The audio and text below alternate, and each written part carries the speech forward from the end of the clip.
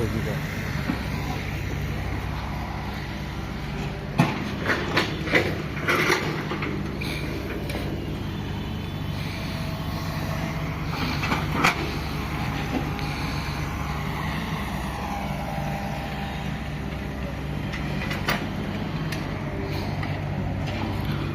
আলাইকুম সবাইকেই। আশা করছি সকলেই ভালো আছেন। আলহামদুলিল্লাহ আমিও বেশ ভালো আছি। আজ অনেকদিন পরে আবারও এলাম আপনাদের সামনে দীপভার চ্যানেলে। আমরা দেখানোর চেষ্টা করছি যে পুকুরের সেই পুনঃখননের কাজটি আজ প্রায় শেষের দিকে। আপনারা দেখতেই পাচ্ছেন যে এটি কতটা গভীর করা হয়েছে। এই পুকুরেই সর্বোচ্চ মাছ চাষ করা হয়, যতগুলো পুকুর এখানে আছে, এবং এই পুকুরটাতেই খননের কাজ করা হচ্ছে সবচাইতে গুরুত্ব দিয়ে। এবং এই পুকুরটার গভীরতম করার উদ্দেশ্যটা এটাই, যাতে এতে ঠিকভাবে মাছ চাষ করা যায়। এবং এই পুকুরের যে পাড়টি আছে, এই যে পাড়টি আপনারা দেখতে পাচ্ছেন, এটি ভেঙে যাচ্ছিল দুই পাশ দিয়ে। তো এটি যাতে না ভাঙে সেই জন্য এখানে দুইটা স্টেপ রাখা হয়েছে। আপনারা দেখতেই পাচ্ছেন এই যে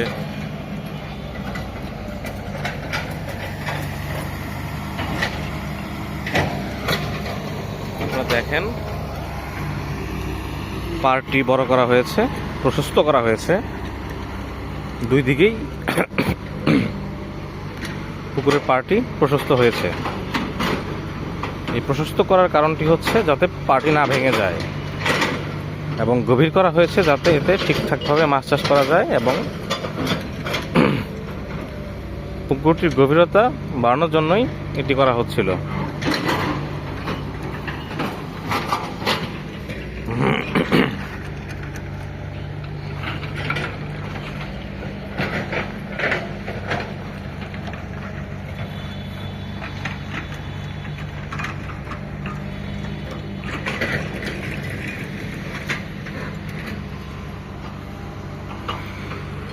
আমার মনে হচ্ছে আজকের মধ্যেই পুকুরের পুনঃখননের কাজটি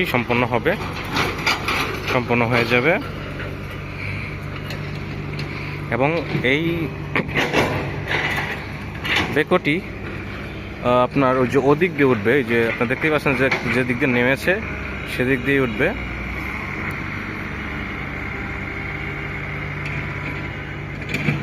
আপনাদেরকে জুম করে দেখানো হলো সুবিধার্থে।